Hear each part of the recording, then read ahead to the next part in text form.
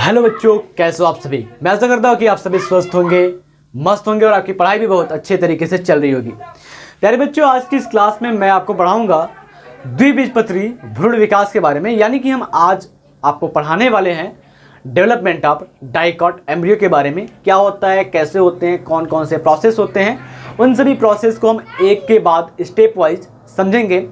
और साथ ही हम जानेंगे कि आपका ये जो डाइकॉट एम्ब्रियो का डेवलपमेंट है, यानी कि हम बात कर रहे हैं जो द्विबीजपत्री पादप में भ्रूण विकास है, इसके बारे में किस वैज्ञानिक ने पढ़ा था, किस वैज्ञानिक ने सबसे पहले स्टडी किया था, किस प्लांट पर किया था, उन सभी बेसिक पॉइंट्स से हम शुरू करेंगे और अंत तक हम आपको डाइकॉट एम्ब्रियो का पूरा डिटेल समझाएंगे। चलिए आज की इस क्लास को शुरू करते हैं बिना किसी देरी को। बने रहिए आप हमारे साथ पूरे क्लास में और पढ़िए डाइकॉट एम्ब्रियो के डेवलपमेंट के बारे में, कैसे होता है डाइकॉट एम्ब्रियो का डेवलपमेंट। सबसे पहले अगर हम बात करते हैं बेटा कि ये एम्ब्रियो क्या होता है, एम्ब्रियो क्या होता है, व्हाट इज द एम्ब्रियो। फिर उसके बाद बात करेंगे कि एम्ब्रियो कितने टाइप का होता है, फिर डाइकॉट एम्ब्रियो। मेनली हमारा फोकस जो होगा वो डाइकॉट एम्ब्रियो का होगा, बट आपको शुरू क्या करना है, एकदम जीरो से करना है। चलिए हम पढ़ने वाले हैं द्विबीजपत्री पादप के भ्रूण के विकास के बारे में ना। हम पढ़ेंगे क्या, द्विबीजपत्री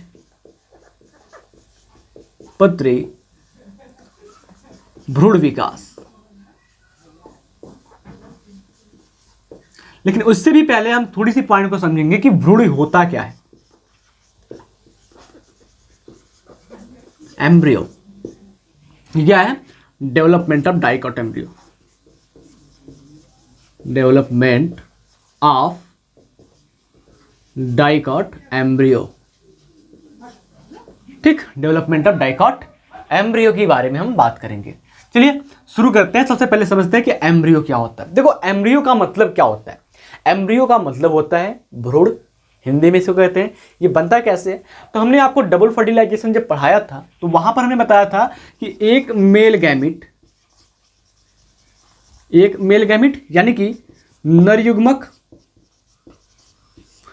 और फीमेल गैमिट यानी कि एग सेल यानी कि अंड कोशिका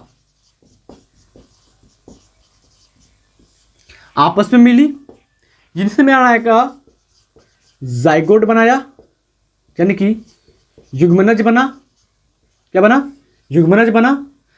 और ये युग्मनज बना और ये युग्मनज थोड़ी देर के लिए रेस्टिंग पीरियड में गया यानी कि विश्राम अवस्था में गया और उसके बाद ये बना लिया भ्रूण यानी कि बना लिया एम्ब्रियो।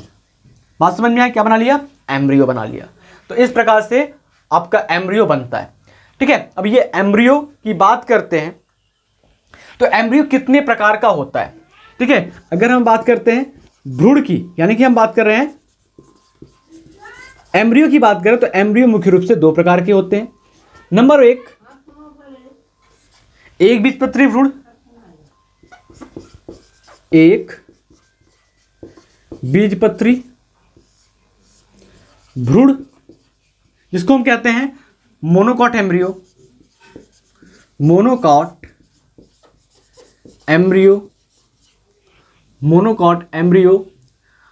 और दूसरा जो आपका आता है वो होता है द्विबीजपत्री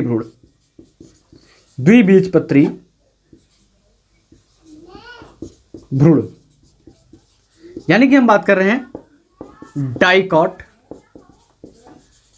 एम्ब्रियो, जिसके बारे में आज हम डिटेल से पढ़ेंगे एक एक पॉइंट को कि डाइकॉट एम्ब्रियो कैसे बनता है, आखिरकार ये विकसित कैसे हुआ। तो शुरू करते हैं आज की इस क्लास को यहीं से, डाइकॉट एम्ब्रियो को समझते हैं। देखो डाइकॉट एम्ब्रियो से संबंधित अगर हम कुछ पॉइंट्स की बात करते हैं, डाइकॉट एम्ब्रियो से रिलेटेड कुछ पॉइंट्स की बात करते हैं तो पॉइंट्स में ये आ जाएगा कि फर्स्ट टाइम स्टडी किसने किया।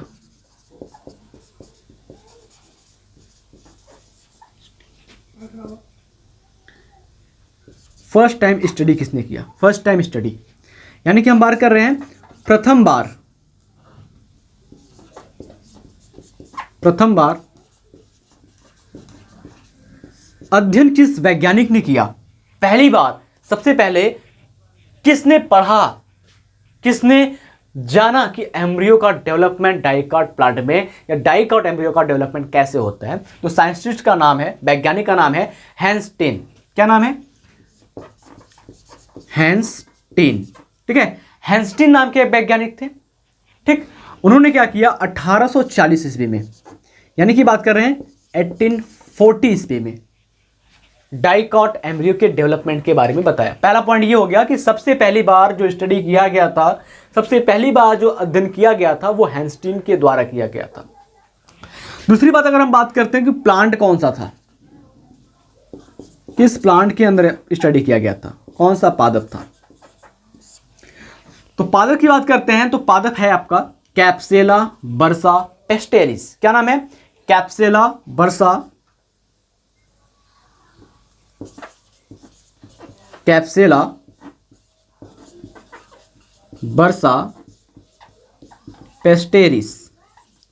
ठीक है, कैप्सेला बर्सा पेस्टेरिस नाम का एक डाइकॉट प्लांट था। क्या? डाइकॉट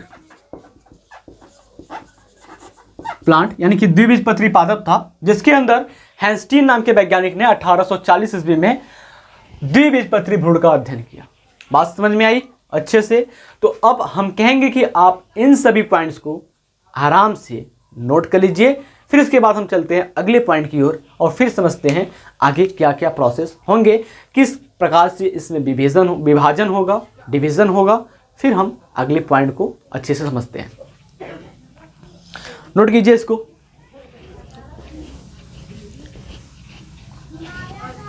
चलिए,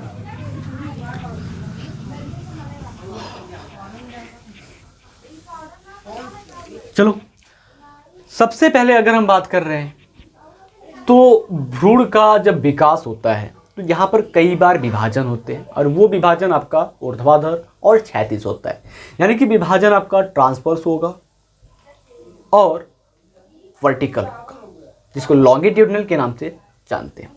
चलिए, तो सबसे पहले अगर हम बात करते हैं तो क्या प्रोसेस होगी भ्रूण बनाने के लिए, किन किन स्टेप से गुजरना पड़ेगा, उन स्टेप से हम चलते हैं।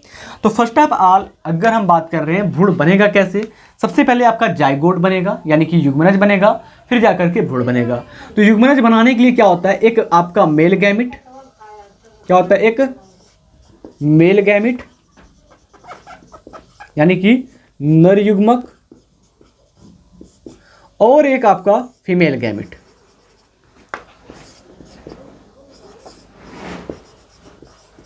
फीमेल गैमेट यानी कि मादा युग्मक। नर युग्मक और मादा युग्मक दोनों क्या होंगे, आपस में फर्टिलाइजेशन करेंगे। क्या करेंगे? आपस में फर्टिलाइजेशन करेंगे, यानी कि निषेचन की क्रिया होगी। निषेचन की क्रिया होने के बाद ये बनाएंगे एक डिप्लॉयड सेल। ठीक है, द्विगुणित कोशिका बनाएंगे, और इस द्विगुणित कोशिका को हम नाम देंगे जाइगोट,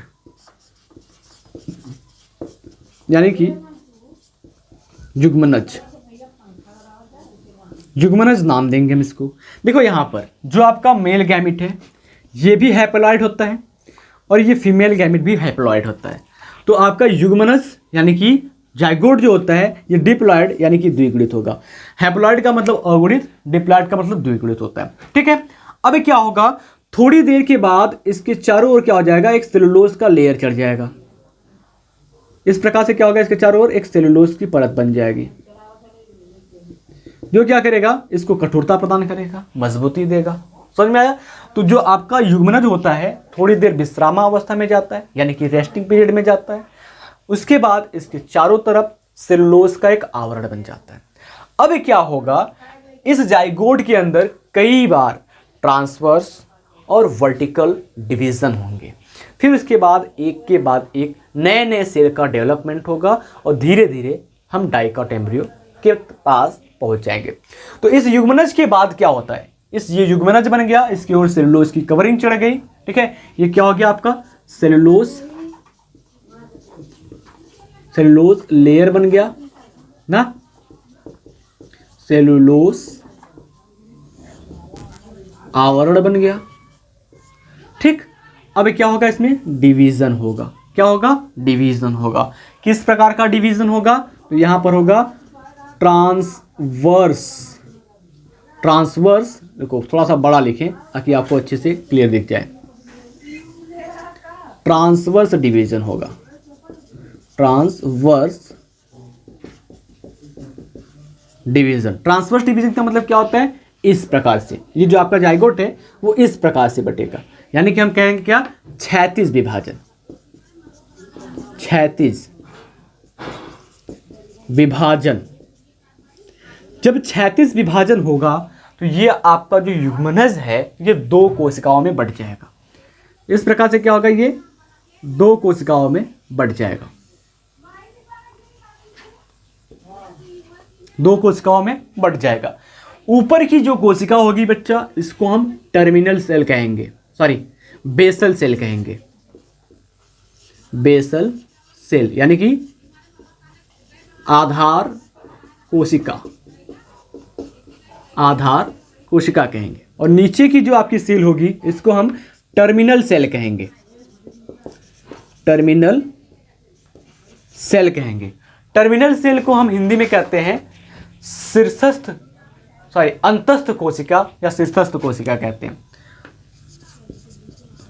अंतस्थ कोशिका या शीर्षस्थ कोशिका कहते हैं। ये बन गया आपका।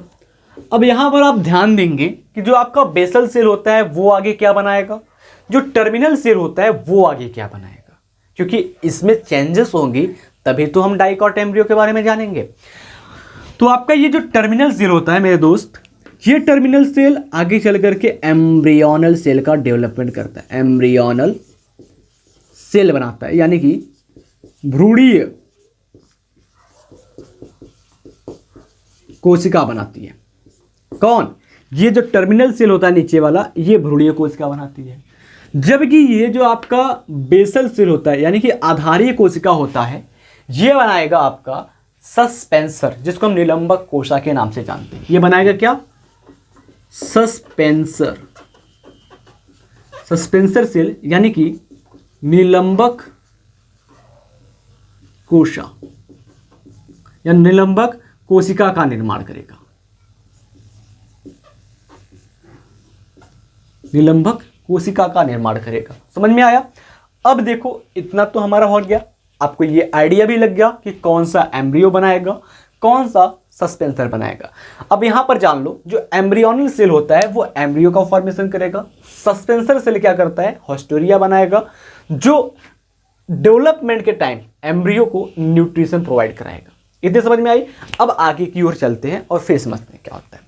तो देखो जो आपका बेसल सेल ये और टर्मिनल सेल है, दोनों में क्या होता है, डिवीजन होता है।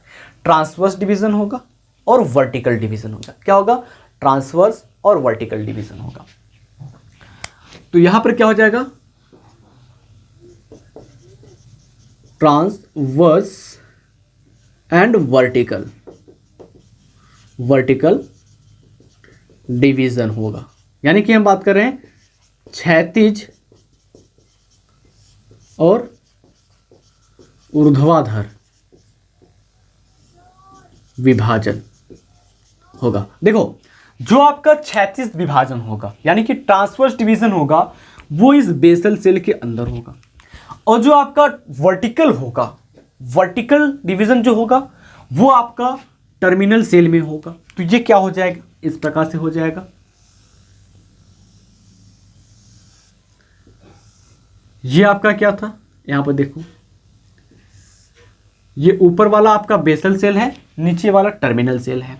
तो बेसल सेल में क्या हुआ, इस प्रकार से डिवीजन बन गया, 2 कोशिकाएं हो गई, ठीक है। बेसल सेल के अंदर 2 कोशिकाएं हो गई। उसके बाद ट्रांसवर्स डिवीजन ये हो गया, ये वर्टिकल डिवीजन हो गया टर्मिनल सेल में। इस प्रकार से ये 2 कोशिकाएं हो गई। तो अब ये बन क्या गया, 4 सेल टी शेप्ड एम्ब्रियो, 4 कोशिकीय टी आकार का भ्रूण बन गया। क्या बन गया, 4 कोशिकीय टी आकार का भ्रूण बन गया। देखो ये क्या हुआ, 4 सेल टी शेप्ड एम्ब्रियो, 4 कोशिकीय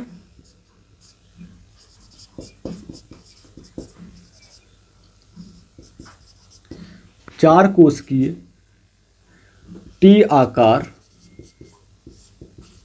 का भ्रूण, जिसको हम कहते हैं प्रोएम्ब्रियो।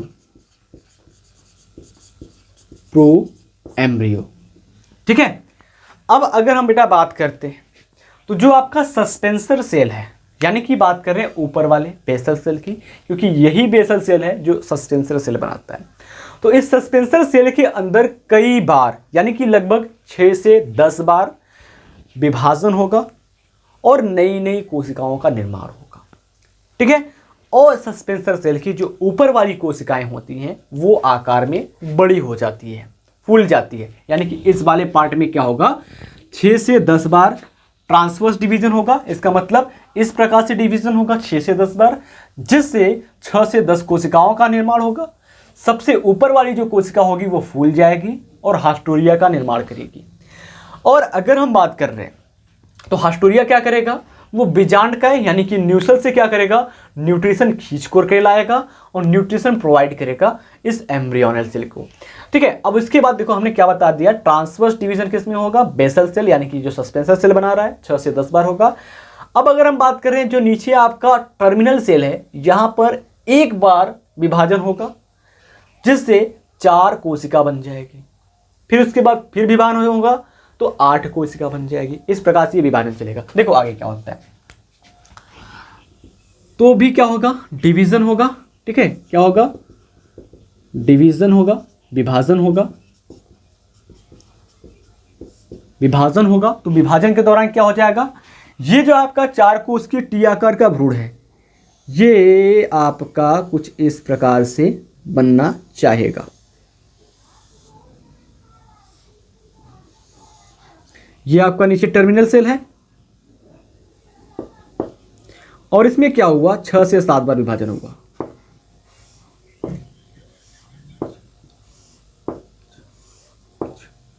ठीक है। इस प्रकार से इसमें क्या हुआ, विभाजन हो गया।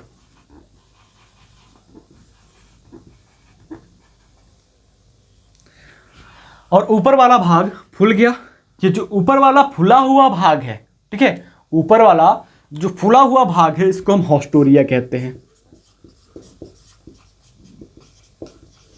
हॉस्टोरिया सेल कहते हैं।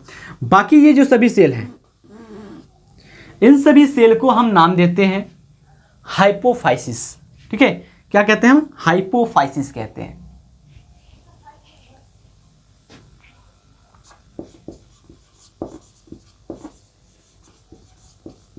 हिंदी में भी हाइपोफाइसिस, अंग्रेजी में भी हाइपोफोसिस।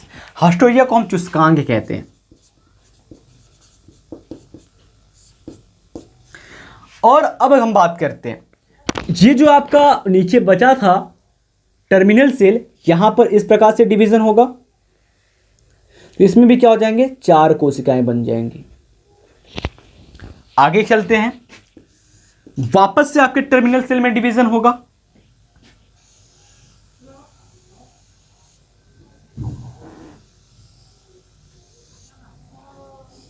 ऑलरेडी पहले से 4 कोशिका बनी थी, इसमें डिवीजन होगा तो ये 8 कोशिकाएं बनाएंगी। ठीक है।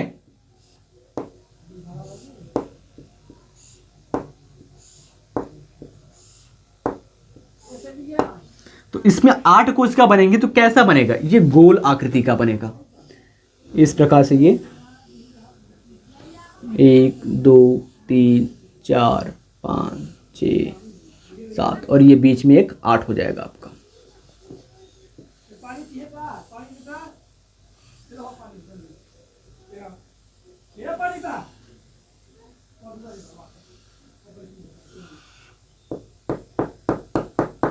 इस प्रकार से ये बन गया आपका। जो नीचे क्या है, सबसे नीचे, ठीक है, हाइपोफाइसिस के नीचे क्या होता है, 4 कोशिकीय हाइपोबेसल सेल होता है। ठीक है। तथा इसके और नीचे 4 कोशिकीय ईपीबेसल सेल होता है। तो ये हाइपोफाइसिस है। ये क्या है, उसके नीचे की 4 कोशिका है जिसको हम हाइपोबेसल कहते हैं। ठीक है, हाइपोबेसल। ठीक है। हाइपोबेसल के जस्ट नीचे क्या होता है, ईपीबेसल होता है। ठीक है, ये हाइपोबेसल हो जाएगा, इसके अंदर जो 4 कोशिकाएं होंगी वो ईपीबेसल का फॉर्मेशन करेंगी। फिर अगर हम आगे चलते हैं तो जो आपका हाइपोफाइसिस होता है, ये जो आपका क्या कहेंगे इसको हम, ये आपका क्या हो गया, 8 सेल्ड हो गया। ठीक है, 8 सेल्ड हो गया। ये आपका हॉस्टोरिया हो गया। इसको हमने क्या कहा, हाइपोफाइसिस कहा। इसमें क्या होगा, ईपीबेसल होगा और हाइपोबेसल होगा। ठीक है, अब अगर हम बात करते हैं जो आपका हाइपोबेसल सेल होगा वो बनाएगा आपका रेडिकल, और जो आपका ईपीबेसल सेल होगा वो बनाएगा आपका प्लूम्यूल। ठीक है, तो ये आपका ऊपर का हाइपोबेसल हो जाएगा, हाइपोबेसल सेल, हाइपोबेसल सेल जिसको हम अधराधर कोशिका के नाम से जानते हैं, अधराधर कोशिका के नाम से जानते हैं। और ये अधराधर कोशिका आगे चल करके बनाएगा आपका रेडिकल यानी कि मूलांकुर बनाएगा। ठीक है, ये क्या बनाएगा, रेडिकल बनाएगा, रेडिकल यानी कि मूलांकुर बनाएगा, मूलांकुर बनाएगा। और इसके अंदर की जो कोशिकाएं होंगी इसको हम क्या कहेंगे, इसको कहेंगे हम ईपीबेसल। क्या कहेंगे, ईपीबेसल सेल। ईपीबेसल सेल को हम अध्याधर के नाम से जानते हैं। क्या कहते हैं, अध्याधर। और ये अध्याधर आगे चल करके बनाएगा आपका प्लूम्यूल, इसको हम कहेंगे प्रांकुर। क्या नाम से जानेंगे इसको हम, प्रांकुर के नाम से जानेंगे। अभी क्या होगा, ये 8 कोशिका में क्या होगा, लगातार विभाजन होता रहेगा। ठीक है, 8 कोशिका में क्या होगा, लगातार विभाजन होता रहे, कई बार विभाजन चलता रहेगा। और ये क्या होगा, आगे चल करके इसमें अनेक कोशिकाएं बनेंगी और ये क्या होगा, आगे चल करके हृदय के आकार में परिवर्तित हो जाएगा। ये क्या हो जाएगा, हार्ट शेप्ड हो जाएगा।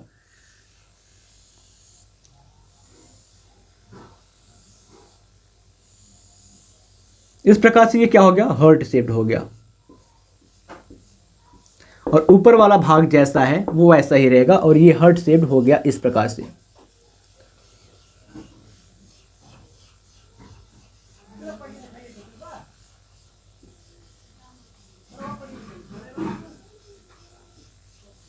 इस प्रकार से क्या होगा, इसमें कई कोशिकाएं बनती रहेंगी।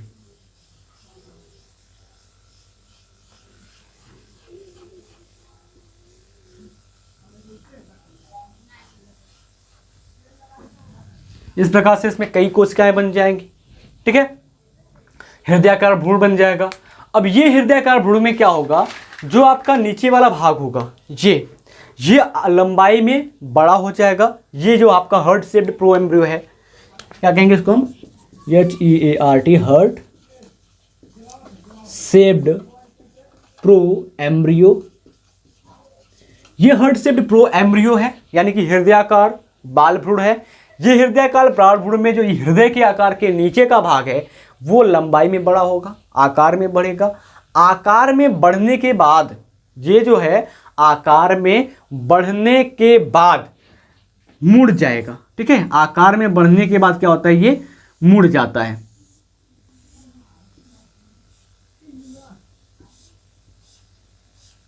ये इस प्रकार से आकार में बढ़ेगा और बढ़ने के बाद क्या होगा, मुड़ जाएगा और मुड़ करके बीज पत्र का निर्माण कर लेगा।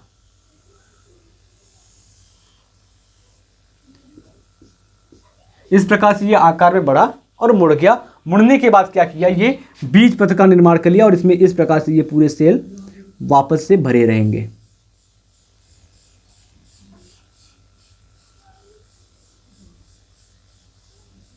अभी मैं आपको एक बार फिर से बता देता हूं ताकि आपका जितना भी डाउट है वो मेरी तरफ से क्लियर हो जाने की पूरी प्रयास करूंगा। फिर भी अगर आपको कोई डाउट बचता है तो आप हमें कमेंट बॉक्स में संपर्क कर सकते हैं।